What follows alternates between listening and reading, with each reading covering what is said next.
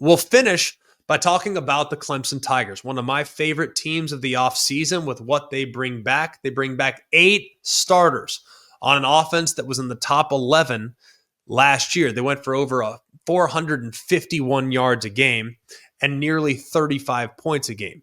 Cade Klubnik is the straw that stirs the drink. He got much better as the season went along last year.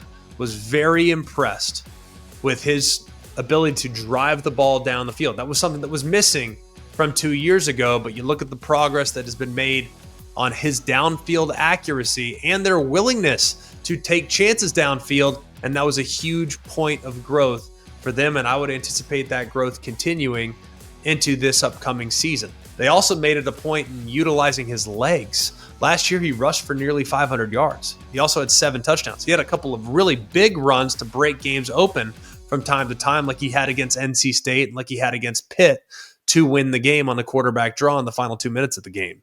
He also, a position of concern the last few years, relatively speaking, for Clemson has been the wide receiver spot. They've had youth, they've had inconsistency, but now they are deep and they are talented at the wide receiver spot. Antonio Williams is a first-team All-ACC player. The guy went for nearly 1,000 yards last year. He's also really capable. You can hand it to him. He also isn't a bad thrower. He went 2 for 2 for 62 yards in the touchdown throw last year.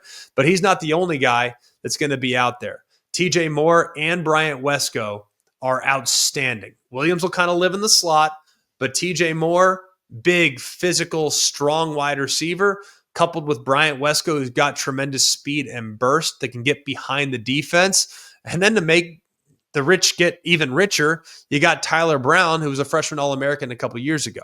So they're really good at the wide receiver spot. They also got a couple freshmen that might factor in as well at that spot, and the offensive line returns mostly intact. As far as the defense, one thing that was a problem last year is they just didn't have a ridiculous amount of depth along the defensive line, particularly at defensive end.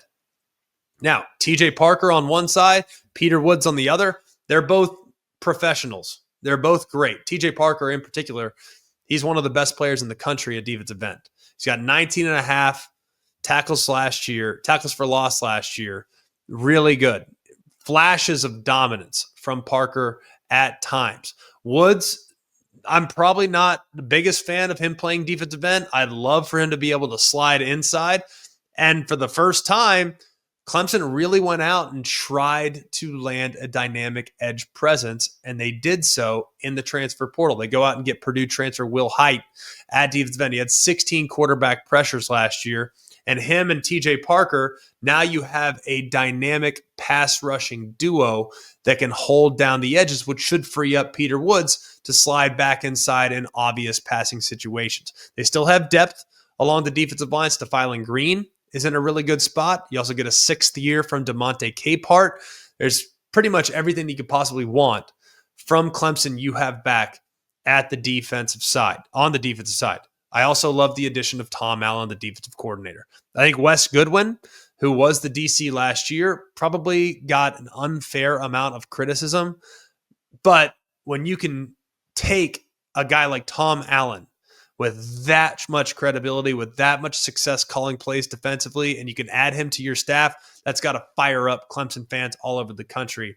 I love their chances of having a big year this year. They start the season in what should be an impressive game against LSU. That'll be in week 1, but that'll be in Death Valley, the South Carolina version of Death Valley. So that'll be in Clemson, South Carolina. They go to North Carolina. I like their chances there. They're at Louisville. That's on a Friday night, so that should be an interesting game before finishing up at the end of the year at South Carolina. So while I think their schedule is tricky at Louisville, at South Carolina, at UNC, every single game on their schedule is winnable, which is why the playoff forecast for Clemson is highly likely heading into this year.